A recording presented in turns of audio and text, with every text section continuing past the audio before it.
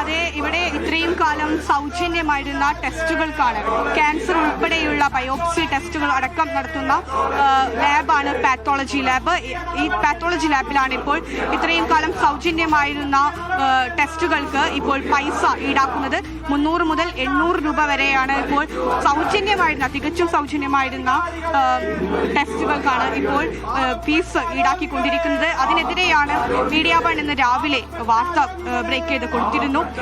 അത്തരത്തിൽ പാത്തോളജി ലാബിൽ നിരവധി ആളുകൾ, നമുക്കറിയാം ക്യാൻസർ പോലുള്ള രോഗങ്ങൾ ഇത്രയും വർദ്ധിച്ചു വരുന്ന ഈ ഒരു കാലഘട്ടത്തിൽ ഇതിനുള്ള സംശയവും ക്യാൻസർ ആണോ എന്ന് കണ്ടുപിടിക്കുന്നതിനുള്ള, തിരിച്ചറിയുന്നതിനുള്ള ടെസ്റ്റുകളാണ് ഇവിടെ നടത്തുന്നത്. അത്തരത്തിലുള്ള ടെസ്റ്റുകൾക്ക് ആണ് ഇപ്പോൾ പാവപ്പെട്ടവരെ സംബന്ധിച്ച് വളരെ ബുദ്ധിമുട്ടുള്ള ഒരു കാര്യം തന്നെയാണ് ഇത്. ഇത്രയും നിരവധി ആളുകൾ ആശ്രയിക്കുന്ന ഒരു ലാബാണ്. നമുക്കറിയാം സൗജന്യമായി നൽകേണ്ട ഒരു ഇത്തരത്തിലുള്ള സേവനങ്ങളാണ്, സർക്കാർ സേവനങ്ങളാണ് ഇപ്പോൾ പൈസ ഈടാക്കുന്ന ഒരു സാഹചര്യത്തിലേക്ക് എത്തിയിരിക്കുന്നത്. ശക്തമായ പ്രതിഷേധമാണ് ഡിവൈഎഫ്ഐ ഇവിടെ നടത്തിക്കൊണ്ടിരിക്കുന്നത്.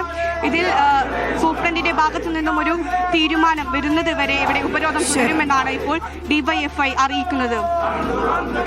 ശരി, പാത്തോളജി ലാബിലെ 14ഓളം പരിശോധനകൾക്ക് ഫീസ് ഈടാക്കിയതിൽ പ്രതിഷേധിച്ച് മീഡിയ വൺ വാർത്തയ്ക്ക് പിന്നാലെ ഇപ്പോൾ DYFI medical college superintendent office ഉപരോധിക്കുകയാണ്. ഡെൽന ലാസർ നൽകുകയായിരുന്നു തത്സമയം വിവരങ്ങൾ.